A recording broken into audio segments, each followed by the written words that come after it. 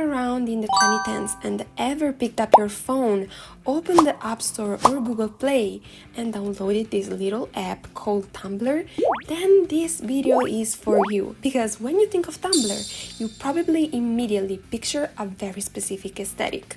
Or at least I do, I was there. And if you were too, you already probably know exactly what I'm talking about. Yes, I'm talking about the grunge aesthetic. Guys, Tumblr had so many different aesthetics, and each one attracted a completely different type of person. You had the hippie aesthetic, the pastel aesthetic, the swag aesthetic. These were some of the main aesthetics you could find all over Tumblr. But today, I want to focus on the grunge aesthetic because I promised you guys I would talk about it in my Bright Side of Tumblr video. So now I have to deliver. When I think of this aesthetic, there's one thing that immediately comes to mind. The very first thing, colored hair. Oh my god. Colored hair was an absolute essential of the Tumblr grunge aesthetic. Purple, blue, pink and white hair were especially popular. And oh my god, if you never wanted white hair, at least once, white or gray, yeah, at least once during the 2010s, I'm sorry, but you were never a real Tumblr girl. And yes, forget about the perfectly back hair with every single strand glued to your head with gel. No, we wanted things to be messy because it just gave off that effortless cool girl vibe. So yeah, the messy bun was pretty popular during that era. I was basically the #1 victim of this trend because I was always walking around like that. And honestly, if you look at pretty much any picture of me when I was younger, 90% of them are me wearing that bun. 5% are me with 2 buns, and the other 5% are me with braids. Yes. Guys, we cannot forget about French braids. There is no way you didn't do this at least once in your life. And the 2 buns. Yes, the 2 buns. And I don't know if you remember this, but whenever people took pictures with their 2 buns, they would often have their roots absolutely covered in glitter. Like, what was going on? That trend was insane. Obviously, a true grunge Tumblr girl who wanted to be taken seriously had to have dark lipsticks. Yes, I'm talking about those insanely dark, super matte lipsticks with absolutely zero hydration whatsoever. They were so popular during that era. I remember these lipsticks being so uncomfortable to wear, like you would get to the end of the day and your lips were basically about to fall off your face. They were literally on the verge of hitting the floor. Obviously, MAC lipsticks were everywhere. Like, NYX was also huge. But now, let's move on to the clothes.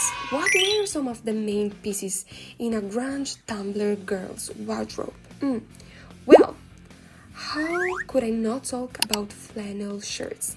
Guys, I was literally one of the biggest victims of the grunge Tumblr aesthetic. Because at this point, I'm basically just describing what I used to wear when I was younger. The person I used to be. So, flannel shirts were extremely popular, like everyone was wearing them. And the slightly edgier girls, oh my god, we used to eat this up every single day. Like, if you added the ultimate accessory of this side, of this entire side of Tumblr, the choker, instant grunge vibes. But what other accessory were these girls wearing, guys? Fishnet tights? Are we kidding? Fishnets were an absolute essential. You could wear them underneath literally everything. Shorts, skirts, ripped jeans, and even just plain black tights worked perfectly.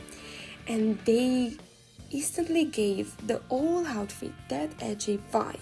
Now let's talk about the bottoms. The most popular type of pants were definitely black skinny jeans.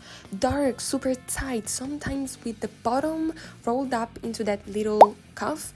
You know exactly what I'm talking about. Black jeans were an absolute must. Ripped black jeans also. Or if you didn't want to wear those super tight black skinny jeans, you could always go for a plaid skirt or a pair of shorts, especially black shorts. And honestly, those were pretty much the main staples when it came to the bottom half of a grunge Tumblr girl's outfit. Shoes. When it came to shoes, you basically had two options. Doc Martens, both the low top and the high top version. Yeah, these were the shoes for pretty much anyone who identified with this type of aesthetic. Or Vans. Vans were also really popular. You had the plain Vans, especially the classic black ones, or you could go for the ones with more interesting patterns, especially the checkerboard print. Guys, the checkerboard print was so popular back then. Like, it was basically the pattern owned by edgy kids. But now, let's talk about the kind of images people were posting. The symbols and motifs that were absolutely everywhere and basically represented this whole aesthetic. Aliens, guys, aliens. They were everywhere. They were printed on shirts. There were alien-shaped bags that were so popular. They were on backpacks, notebooks, plushies, and even alien-shaped balloons. Yes, we had them. There was generally a whole mass hysteria around loving aliens, and then of course we had roses. Roses were everywhere too. Also the rose emoji. But like, especially darker roses, sometimes slightly wilted or dead looking. Tumblr loved that. And Polaroids were another huge recurring element across so many different Tumblr aesthetics. And obviously the grunge side had to get in on it too. Yeah, blurry Polaroids and pictures of Polaroids. Everyone was obsessed with Polaroids back then. And when it came to this side of Tumblr, everyone was obsessed with American Horror Story. I remember this so clearly. There was one particular quote that everyone loved, and I know you're already thinking of it right now. Yes, I'm talking about "Normal people scare me." Exactly, this quote was everywhere. Like, it was genuinely a curse. You could turn your head in any direction and somehow it would be right there. But now, guys, let's talk about the soundtrack of this side of Tumblr. It was basically made up of Nirvana, the Arctic Monkeys, The Neighborhood, and the 1975. These were some of the main bands people were listening back then. Marina and the Diamonds was also huge, as well as Lord. Oh my god, the memories! Nirvana merch was so popular during this era. Yes, I'm talking about the classic Nirvana logo with the little smiley face underneath. Everyone had that shirt, like literally everyone had that print. Such good memories, guys. I love Nirvana and the Arctic Monkeys and The Neighborhood. I really do. And yes, guys, that's it. I hope you guys enjoyed this video. I remember this era of Tumblr with so much love because I genuinely love this aesthetic. Like, I really felt like I was one of them. Although, like I told you guys in my other video, I was actually part of multiple different aesthetics, okay? I was everything. My duality was, and honestly still is, very strong. It's a pretty big part of my personality. But yeah, if you were also part of this side of Tumblr, please let me know in the comments. Tell me what your favorite thing was, your favorite element, your favorite band, whatever you remember loving the most. And yes, I hope you guys enjoyed this video, and I will see you in the next one. Bye bye!